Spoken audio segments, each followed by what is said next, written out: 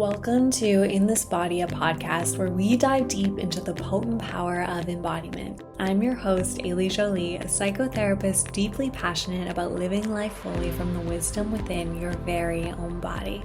The podcast In This Body is a love letter to embodiment, a podcast dedicated to asking important questions like, how does connecting to your body change your life? How does connecting to your body enhance your capacity to love more deeply and live more authentically? And how can collective embodiment alter the course of our shared world? Join me for consciously curated conversations with leading experts. Each episode is intended to support you in reconnecting to your very own body. This podcast will be available for free wherever you get your podcasts, making it easy for you to stay connected to In This Body, the podcast with me, Ailey Jolie. Welcome back to another episode of In This Body. Today I have the honor of sitting down with Joanna Townsend, a licensed therapist and clinical social worker. Joanna brings over 10 years of experience working with women to feel more connected, set boundaries, and reclaim their personal power.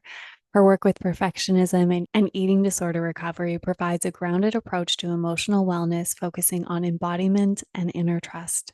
As we approach the holiday season, a time filled with family interactions, traditions, and sometimes the resurfacing of painful memories, many of us find ourselves overwhelmed facing the challenges that come with unresolved trauma and strained family relationships.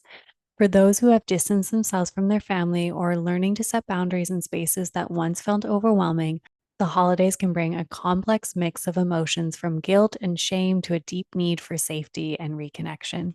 This episode is not just about navigating the holidays, though. It's about how we can honor our bodies and emotional selves, even in moments of overwhelm and societal pressures. In our conversation, we'll explore how family dynamics impact the body, how embodiment practices can be a powerful tool for navigating the complexities of holiday interactions, and practical ways to stay grounded and true to ourselves. Whether you're working through family trauma, seeking to set stronger boundaries, or simply trying to stay centered this holiday season, this episode is for you. Joanna, I'm so thrilled to have you here to discuss how we can stay inside our very own bodies this holiday season. Welcome to In This Body, the podcast with me, Ailey Jolie.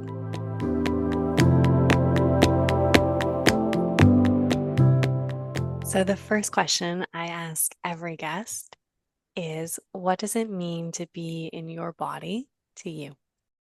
It's such a beautiful question, and probably not one that a lot of us focus on, given that this is our work. It's one I do ask myself. But connection is what comes to mind for me. And yeah, being your body and being like connected. So I think that speaks to, we can add more to that, but I'll start there. I love it. I love that it was simple and pure and just like thorough. Connection is a huge piece for me, and like all the varying degrees of what that means. I know that you are a therapist, and being a therapist means that we're kind of in the orientation or the business per se of supporting people to have more connection in their lives. And I would love to hear from you, because I think everyone's journey, specifically to the role of being a therapist, is quite unique. What influenced your choice? It's sometimes hard to answer, right? Because we have so many experiences. There's probably a lot of reasons that make us who we are, whether it's innate personality and then, life situations that maybe prompt that. I'm definitely a big feeler, and all of the, like Myers-Briggs points to certain personality traits like empathy, and there's also like the creative part. But I would say it's a combination of wanting to help folks and that feeling really like natural. It's not hard for me. Kind of like a gift that I feel like I have and want to bring to the world. But that being really centered on, like experiencing humanity together and being in touch with our feelings. There's lots of ways that we can offer like social impact and social good, but I think the like one-on-one intimate space for me and focusing on like emotions and relationships feels, like it was the right fit for me. I grew up with parents who did other types of helping professions. So kind of like research or public policy or teaching on my mom's side. And as much as I love macro work, I also like the the intimate space just based on my energy.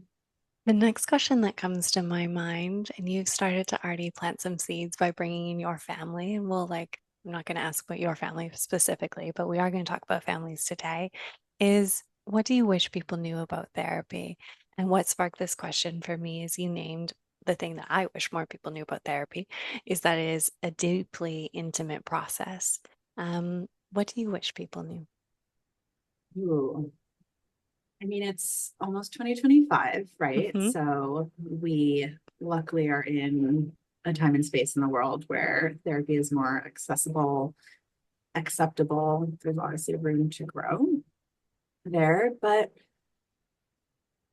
I feel like it for me is more about wanting to see it as like a process and a practice and less of like this thing we do and go into someone's space and like work on all our stuff and then that's it, and see it as just something that we can come in and out of, a lot of the like relationship skills. It is a true relationship. And I think that is something that we don't realize, right? Like we build relationships with people, and those relationships also impact how they show up in other relationships or how I show up in my other relationships, right? And like the therapy I've done for myself. So, yeah, more of like it's just a process and a natural part of life, the way we take care of other aspects of our life or well being. And it doesn't have to be perfect or fun. And it's like relational. So yeah, I think that's what it feels like to me to kind of break what people think about it. Yeah.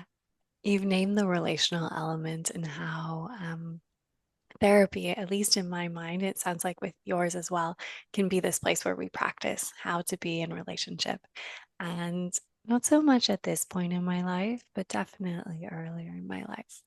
Therapy was really a place where I learned how to be in relationship with someone else with the specific intention of like, I am going to use these skills with my family when I see them during the holiday season. Like I can remember very early 20s coming home from university and being like, okay, we got to use the skills.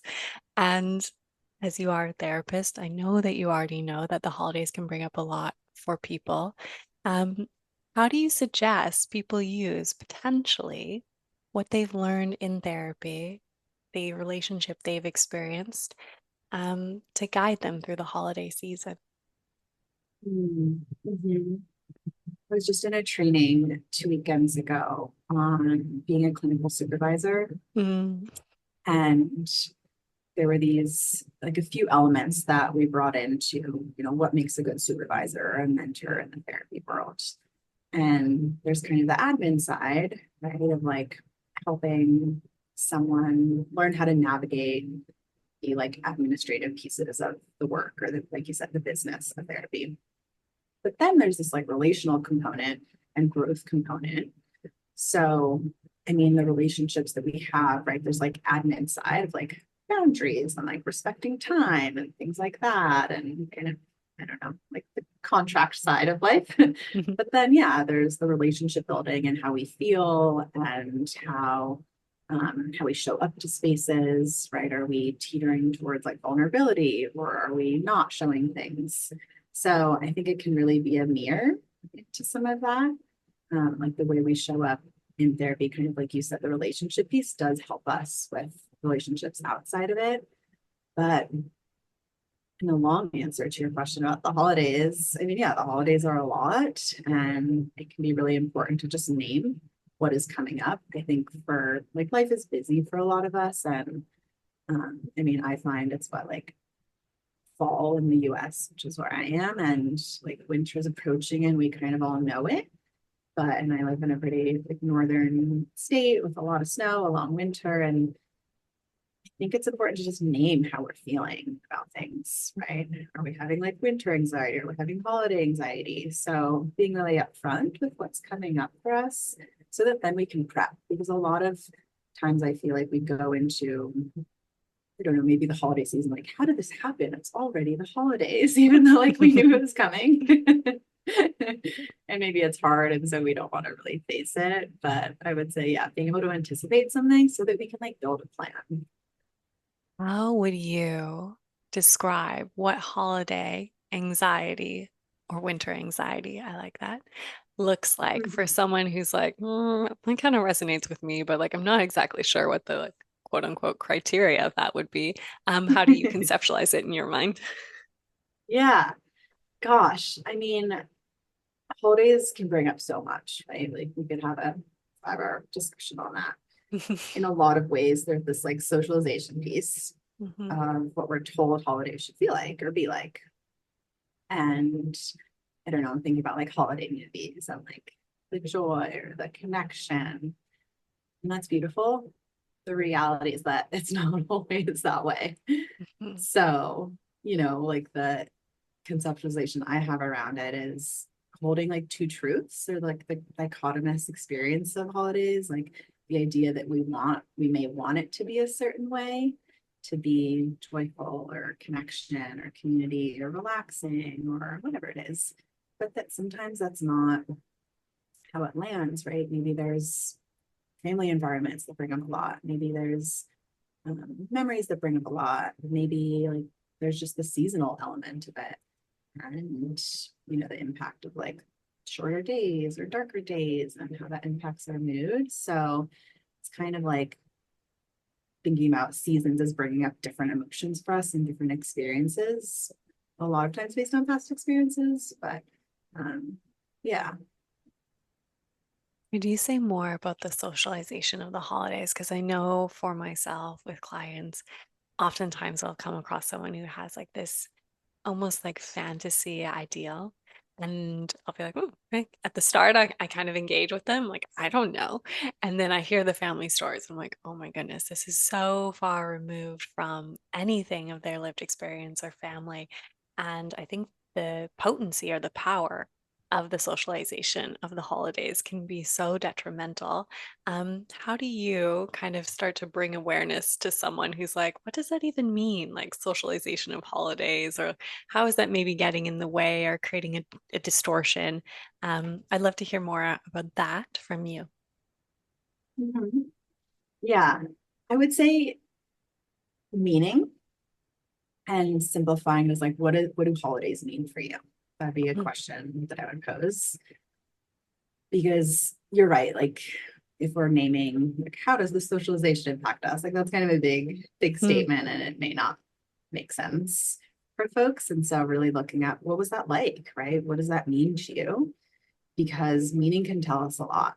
Meaning can tell us about expectations. It can tell us about themes. It can bring up like patterns. And so really getting clear on like maybe what were holidays like growing up, or what would you want holidays to mean, or what do they mean to you? Because sometimes there's this contrast between what they've been like and what we want them to be like.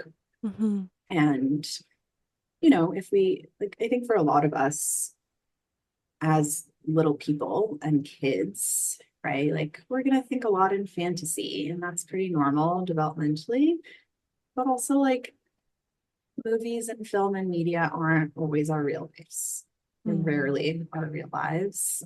So there can be this, like grief or tension between what we want things to feel like or be like in a really, like it makes sense to want that.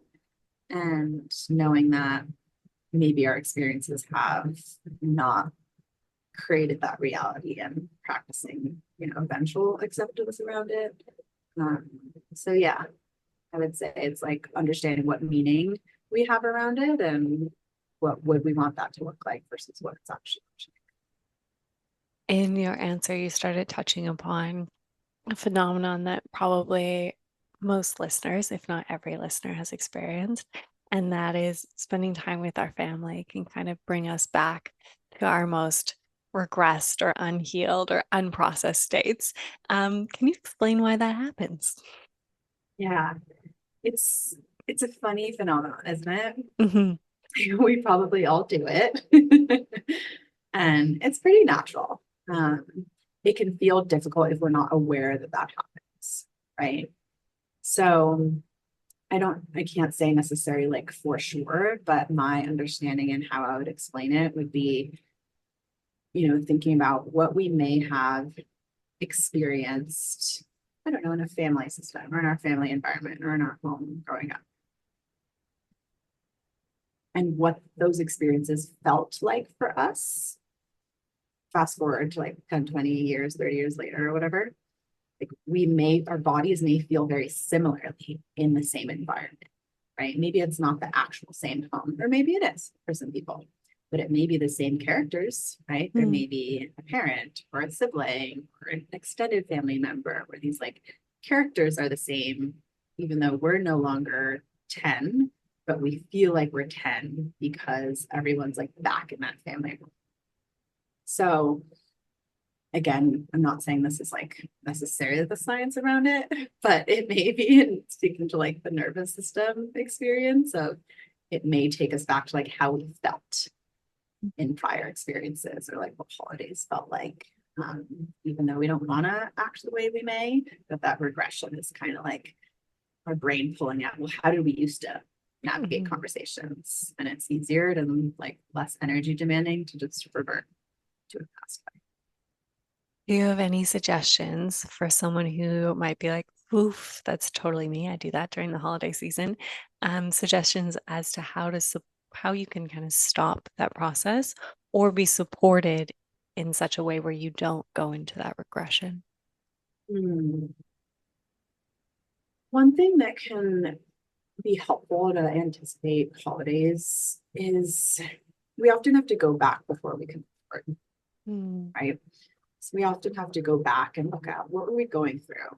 I was my younger self, my like little person within me, like what were they going through? What did they need?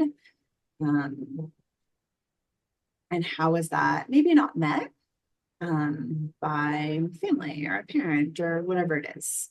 Because once we know, and I'll maybe give an example to help a little bit. Like, let's say there was this expectation for like holidays to be perfect.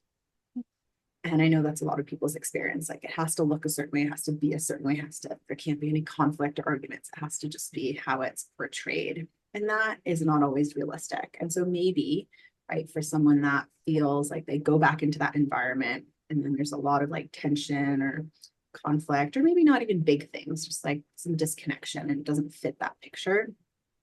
Maybe as a little person, they wanted to just have it, maybe they wanted more agency in making a decision to wear whatever they wanted to wear, or to eat whatever they wanted to eat, or to be allowed to be a little kid, or not follow the rule, or leave early from a gathering, whatever it was, because that may speak to what's going on in their like adult experience if they're going back to a similar environment, right? Maybe they're feeling the same pressure or expectation. So, it can be helpful sometimes to identify like, what did we want that to look like? And because our behavior is telling us something, right? Like if we're being short with someone or snippy with someone or upset, like that's telling us usually about some unmet need. And so I like to weave in like some inner child work with how do we then support that little person in us that's like feeling a lot around holidays, because now we get to like parent ourselves in ways that we may not have gotten. Can you say more about inner child work? I'm trained in IFS, but inner child work is not necessarily something I offer. I mean, it's woven into an IFS model, but it's not something like explicitly. And so I'd love to hear from you about what that looks like, how it weaves into the therapy, because it is so beneficial and supportive for people. Yes. I love IFS also. So side note. But I don't know, at the end of the day, like I think we're all deep down, like we have a little part of us, right? A younger version of ourselves. And a lot of times we may not have been able to have like a full childlike experience, right? To be like playful and to be learning and figuring things out, to be curious, to be odd, to have a lot of novelty. Like if we think about what kids in an ideal world can feel, right? It's that like innocence around life and what's available to them. And again, we know that that's not always met. And so, the idea or notion of like inner child healing comes back to like supporting that part of us that maybe didn't get to be a child or to be a kid or to be playful, or there were expectations put on us, right? Back to like the socialization word, before life got hard and we learned how to shapeshift or learned that we needed to be a certain way in order to be loved or accepted or cared for, before we lost that like curious, innocent part of us, and coming back to like who that was and getting to know that part of us. So I'm totally with you. Like it's definitely woven with some IFS, but that language sometimes, at least for me, helps it feel more accessible. And I love to ask clients, like, tell me about like a little version of you. Like what were you like at this age and that age? And we can't always like describe it. And it's okay if some people are like, oh, I remember. But just to come back to like, who are we underneath the shell that we all create? It's like mask who we need to be or think we should be. Because I think that speaks to how to get back a little bit into that when we feel disconnected from ourselves. Because we're on the topic of younger selves, if you are someone whose younger self wasn't safe in the family, and therefore that part of you, really had to have a mask and really had to develop kind of a protective mechanism. And then as an adult, you're kind of expected to re-engage with the family. Do you have any suggestions for someone who's like, doesn't know exactly how to do that or how to kind of navigate? How do I take care of my younger self as an adult today with people who didn't keep my younger self safe or didn't respect my younger self or just weren't able to offer what my younger self needed? Yeah. Well, the therapist in me wants to say, like, first to validate that, like, wow, that must have been really hard, right? And you deserve to have that safety being prioritized by someone other than you.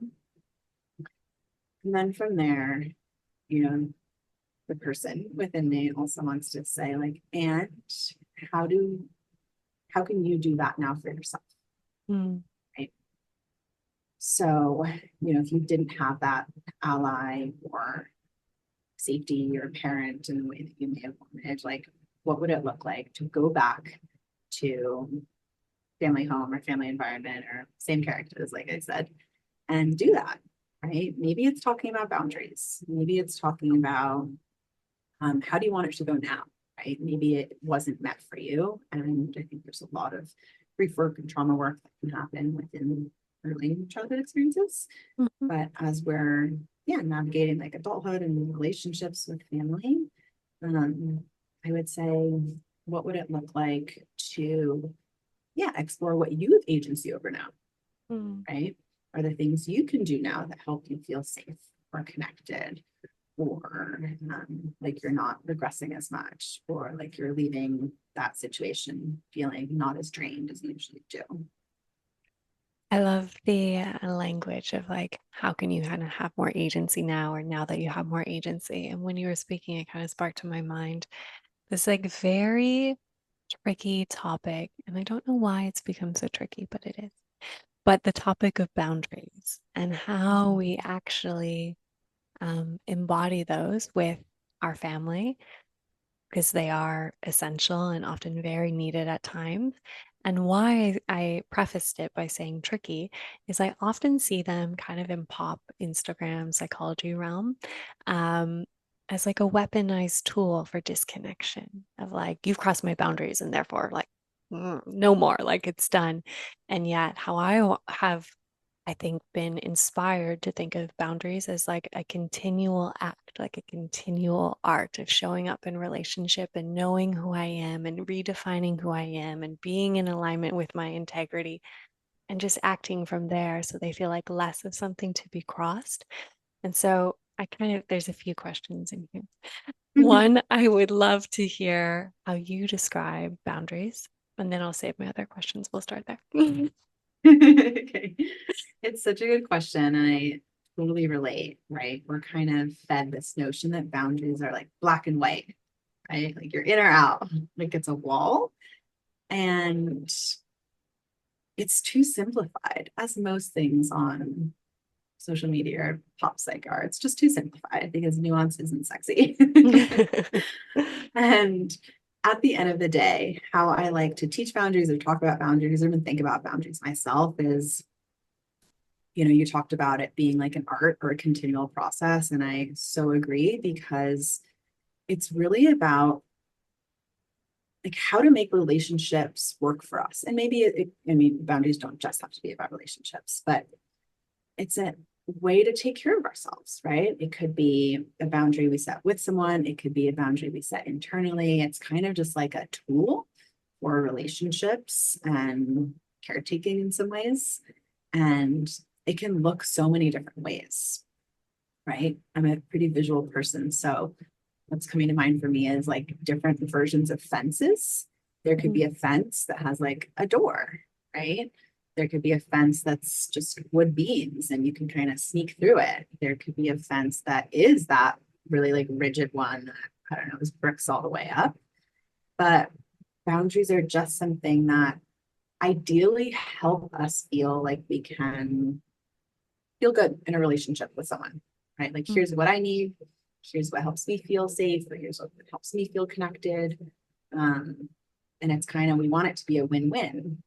It isn't always, though, a win-win. And that's usually where then we have to like close that door a little bit more, or put up another wood log, or put up another brick, right? Like, I so agree with you, because on one hand, there's this idea of boundaries being like, I don't know, really intense. And sometimes we have to have those. But that's usually after we've tried to create a fence that works to help that relationship, right? My next question that came to mind, and in my mind, I'm also quite visual. In my mind, I do think of boundaries like a fence, and then I kind of think of somewhere it just becomes like a barrier, and it's just like there's no more connection. It is severed. This is you're over there, and this is me over here. Which leads me to my other question, and there's another question after this. I wanted to ask you, why do you think, or why do you know why boundaries are so hard to set with our family? I would sum it down to, it can feel hard to set boundaries or limits with people that we may care for. Mm. And sometimes that may also speak to maybe boundaries weren't as communicated or talked about, right? Not that it's a new concept, but it is newer in terms of like the way that we're talking about it in mental health. Right?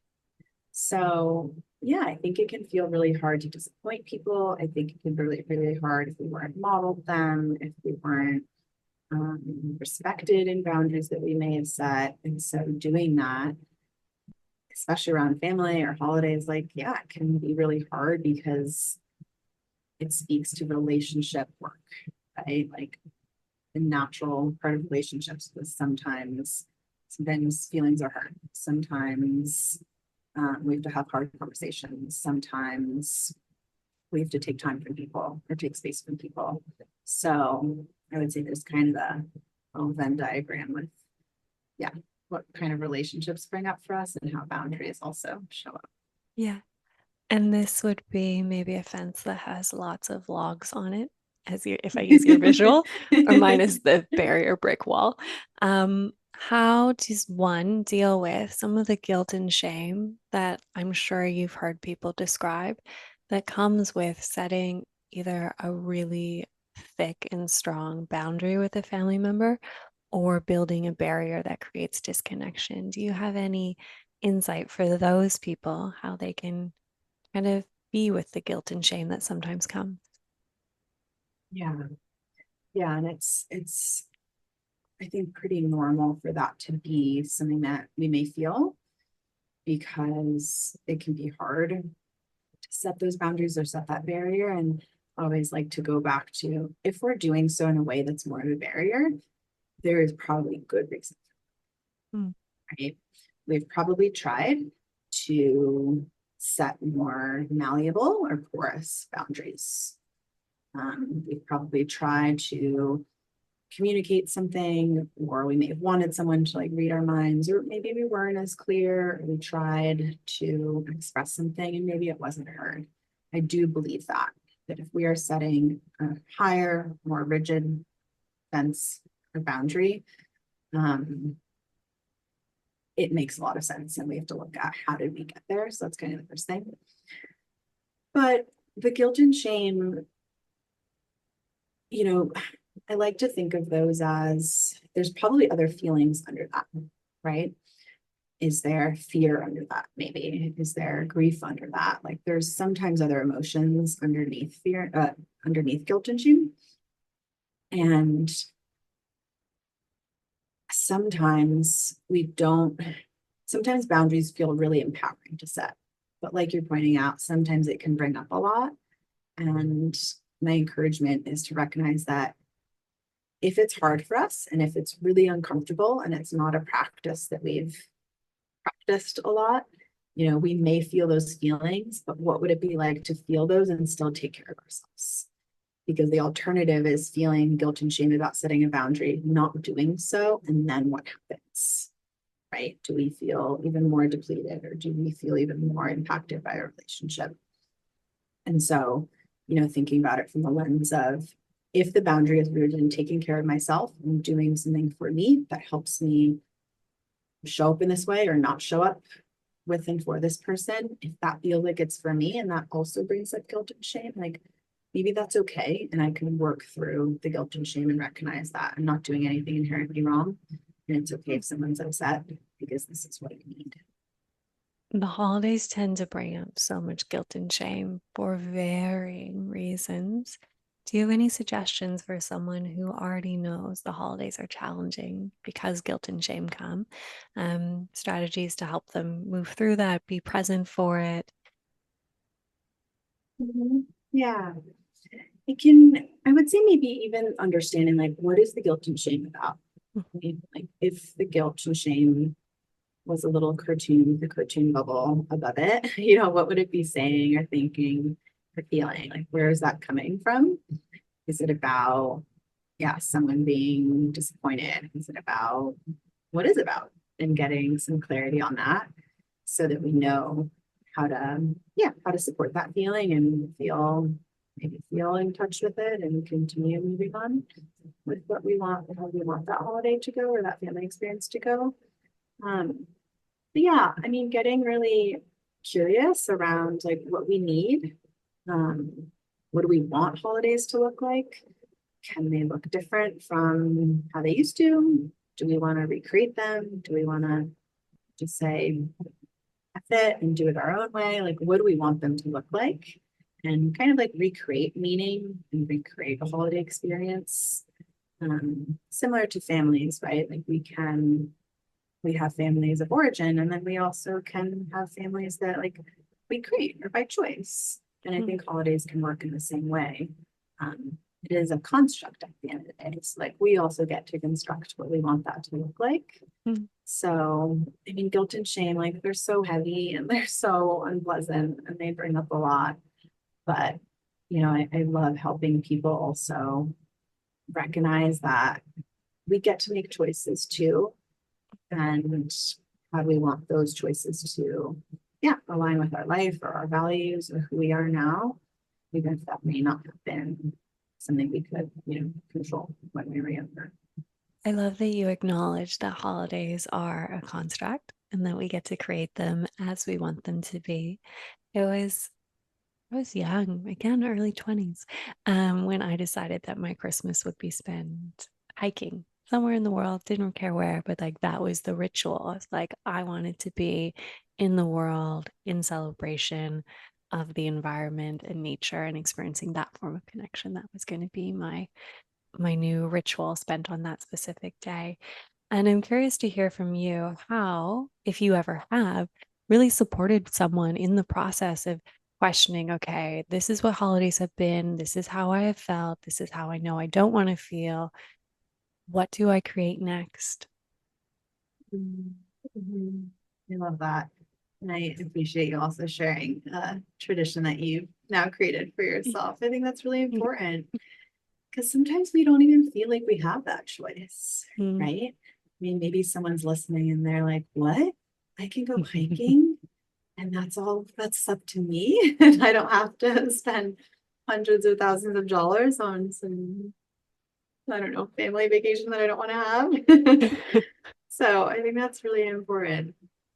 I mean, it really comes down to getting to know ourselves, Mhm. right? That's a process in itself. There may be someone tuning in that is just getting started, or there may be someone that has been doing that for some time and maybe knows that they want things to look different. Because when we know, yeah, like who we are and what we want, then we can Mm. build from there. But we can't kind of like create that holiday that we want without knowing what we want it to look like or who we are, what we need. So I think that curiosity is really important. Like, what would it look like? What is your ideal situation? What would you want this season to look like? What do you want holidays to feel like?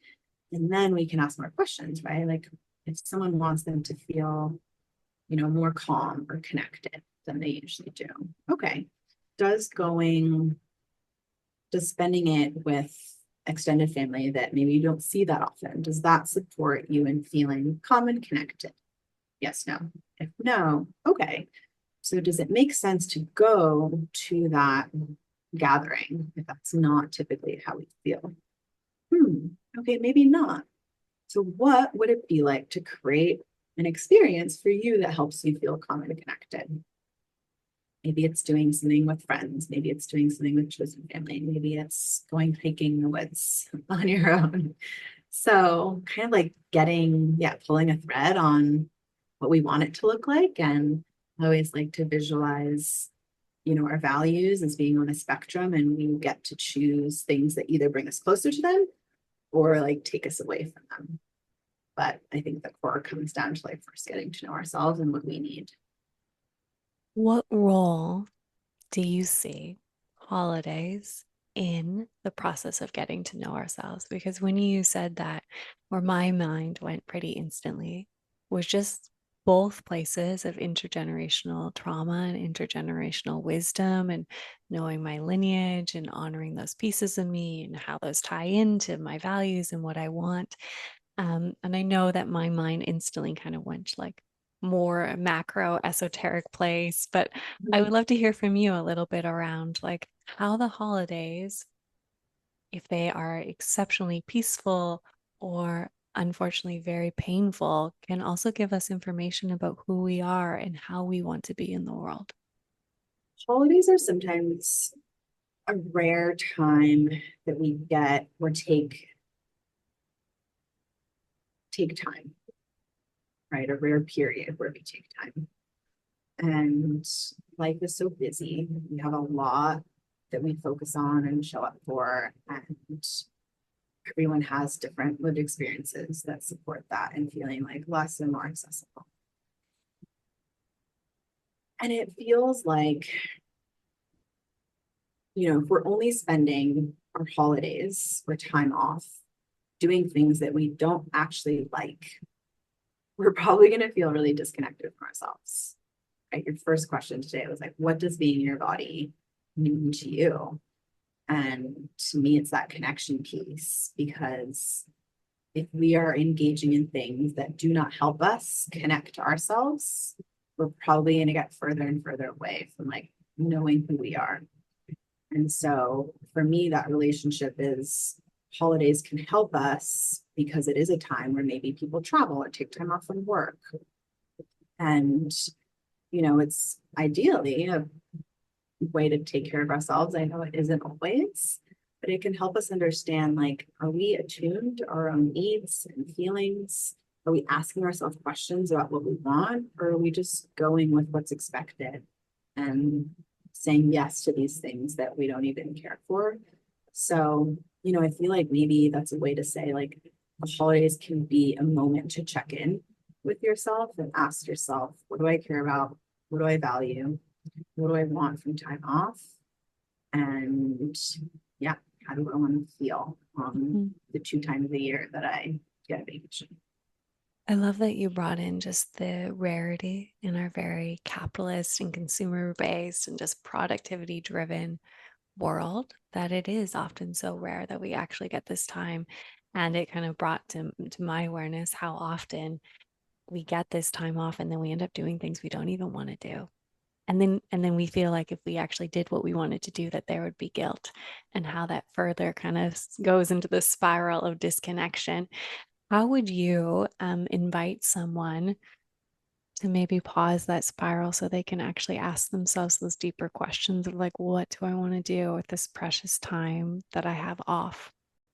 I know mindfulness is not always easy for Mhm. people, and I get that. It can bring up a lot. It doesn't always feel comfy or safe. And however we can make that look and feel for us in a way that does feel right, like safer, gives us a moment, asking ourselves in a moment of mindfulness, what do we want? Because you're right, this like capitalism sea that we're drowning in makes it really hard to really like ask ourselves what we want. And I often find that that can be a good like first step, right? Or an invitation, using your words of how can we take a moment to really connect and ask ourselves what do we want? What do we want from this period or this season or this time off? Um, because it seems like there's this autopilotness that happens for a lot of us, where we're just like, yeah, we do this thing and this is what I do and this is where I go every year for this holiday. And then we come back from it time and time again, feeling very drained or like it didn't serve us, or then we need a vacation from that time off. And yeah, just like pausing even to get clarity on what do we need and what do we want. So mindfulness would be one way if it feels possible. I love that you brought in mindfulness because it, in my mind, or it sounds like such an alternative to many of the other ways that we deal with the emotional overwhelm of the holiday seasons. Let that be dealing potentially through shopping or food or over exercising or getting obsessed about food and body. How do you see mindfulness as maybe a tool to even help with some of those distraction based tendencies that we sometimes fall into during the holiday season? Mm-hmm. Yeah. So I'll hopefully explain these words that I'm gonna throw out. Okay. And you may know what I mean by that, but not everyone does. So I brought up attunement a little bit ago. Mhm. And what that means to me is, simply just connecting or looking within to ourselves. So mindfulness is a way to check in, a way to, again, get curious, a way to attune to ourselves. And that can help us, right, with living in a way that feels maybe more aligned with what we want and what we feel fulfilled by. And again, mindfulness is really hard because life is a lot, right? Like there isn't a lot of time. We have to practice that. We have to make time for that. And living in a way that doesn't serve us is typically going to make us feel pretty miserable and lead to a lot of life suffering. So, for me, whether it's practicing it or teaching it, and it doesn't have to be, meditating for 30 minutes. It can be a walk, a really slow walk, where it's paying attention to sensations around you.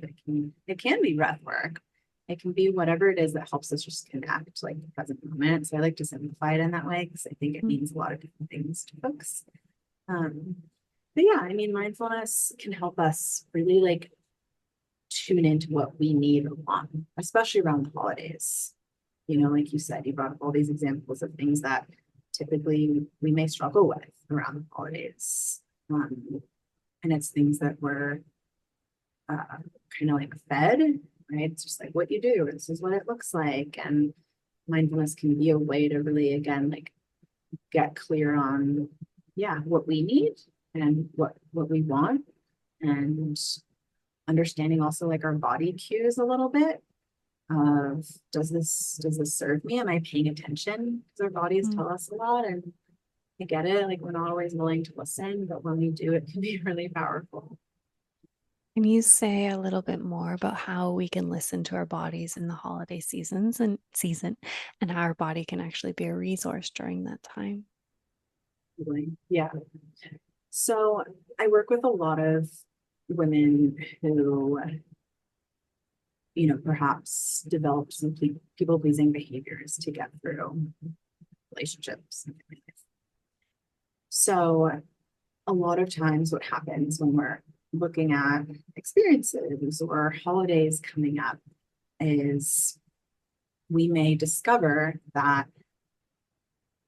they're saying yes to everything, every plan, every commitment, every um, opportunity, whatever it is. And when I ask, well, like, what does it feel like to say that on this 3-day event you're doing all these things? And it usually is the case that, someone may say, like, I don't know, I actually like sounds really stressful now that I'm saying it out loud, or I didn't really want to say yes, but I did. And that's where I like bringing in some of the like interoceptive awareness around being connected to our bodies and looking at what's our body telling us. Are we just saying yes to things without even noticing that our chest fluttered Mm. when someone said, hey, I'm having this thing, bring a meal to share and see you at this time? Like, does that feel like our yes is coming from like all parts of us saying yes? Or is it just like the pleasing part of us saying, like, yes, do this thing so that you're liked or welcomed or included? So it can be a way to, I would say, like, just get information on what we may actually want. And again, that is a process. It takes time to build that connection with our bodies, but it tells us a lot, right? It tells us a lot about how we feel about situations or what we're pulled towards or a push factor. So, yeah, I think it can be a really helpful tool to understand like what we need from the holidays, what we want. Mm. One of the reasons why I wanted to put together this series of holiday episodes is because there's always so many things that pull us out of our bodies. But during the holidays, there's just so much more potential to leave our bodies. Let that be the cortisol of overspending or just spending in general, or the anxiety that comes with like, oh my goodness, I have all these dinners to go to and I just don't have any time for myself, or the engagement with substances that are make us more prone to disassociation. There's just so many factors that kind of pull us out of our body. And why I mentioned this is I loved how you brought in just asking yourself those questions. Like, what do I really want? How can I slow down? And just planting those seeds like right at the start so that you can notice, oh my goodness, there's just so many more opportunities to leave myself. How do I stay connected to myself? Do you have any practices specifically that maybe you've suggested to clients in the past or have worked for yourself to create a connection back to your body when you've been overwhelmed? It could be holidays or not holidays. Um, Yeah. Yeah, it's so true, right? Like there's such a inclination to do all the things or commit to all the things. And again, there's probably reasons for that. And that takes, again, like going back before we go forwards. It is hard. And I know you know this, but it's a practice, right? Of like getting connected. And I like to start with just like simple basics, right? Do we pay attention when we are thirsty or hungry or need rest? Do we ignore those subtle signs or do we honor them? And that can be a way to like then continue to build. So, it can feel really hard if we are out of practice or not in the practice of listening. And yeah, I like to just kind of give bite-sized chunks. So, the practices I would say would be maybe journaling a little about, what do you notice about what your body's telling you? What do you want the holidays to look like? What is thinking about the holidays bring up for you? and paying attention to some of those feelings, but also just starting to, yeah, maybe build that habit of paying attention to body cues. The simple ones, right? Like thirst or sleep, those feel maybe easier than something bigger, like a relationship need or hunger can feel hard.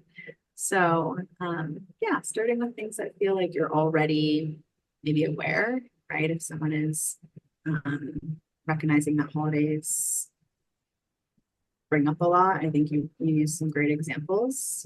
Does engaging in substances in a way that typically happens, like, how does that feel? How do you feel when you get back from those gatherings? And okay, you feel really drained, or you brain fog, or you're really exhausted. So yeah, what does that mean that your body may want or need? So it's kind of like learning a new language a little bit. Mm. I definitely think it is like learning a new language and learning how to listen to a new language. Absolutely. At the start of our time together, I asked you what being in your body means to you. And you said connection. Is there anything else that you would like to add to what you originally defined being in your body as? Stand by connection. And I may also add a big compassion girly. So I know they go hand in hand, but as we talk today, I'm thinking about folks that are feeling a lot around the holidays and may want it to go a certain way, and maybe it doesn't. And being in your body also means you may not pay attention to some cues, and that's okay. Yeah. And to be compassionate and kind. So, obviously connection, we want to build that and practice that and forever engage with that. But sometimes we make mistakes and sometimes we don't listen. And our body will continue to be there for us as long as we turn towards it. So I think also compassion is important. It's not something that we need to perfect. And we also don't need to beat ourselves up with it. It doesn't go the way. I love that you brought in compassion. I'm also very compassion focused. When you were speaking, it reminded me of a former therapist and meditation teacher I had, Hiroko, and she would always say that we need mindless moments to have mindful moments. They give the definition. And I love that sentiment when we apply it to embodiment. Like we need moments when we leave our bodies to understand what true connection to our bodies is. So even if the holiday season is a time when you totally leave, when you come back, you're just going to have greater information around what you need for connection, how it feels to leave, what leads you there. And as you're speaking, that is, if we can take that lens of compassion to even when we leave, that's how we gain the insight and actually deeper connection to our bodies in kind of this reverse logic way. So thank you for adding that little piece in there. Is there anything else that you would like to share with the listener before we end our time together today? That's such a beautiful, message you brought in. So thank you for that. I would add, my last thought is there's always more opportunities, right? Kind of like you shared. We will learn and there's always more. So taking that as like everything we go through as information and take it into the next season. Thank you so much for your time together today. In the notes, there'll be all of your information. I'll deeply encourage people to give you a follow on social media. I've had a little Instagram crush on you forever because your posts are so Likewise. your posts are just so intentional and creative and just like so thoughtful. Like when I go through your stuff, I'm like, this person has really spent time. Like there's a human behind this here. And I just really appreciate that in the online space. Is there anything specifically that you have coming up that you want people to know or I really appreciate that. That is so kind. And I definitely feel similarly. I'm figuring out, what I want my work to look like in the next year. So I will be focusing a little more on writing and on my new Substack and a little less on the old IG. So if you're more a reader, look out for that. I love it. Thank you again. Thank you, Ailey. I really appreciate this time with you.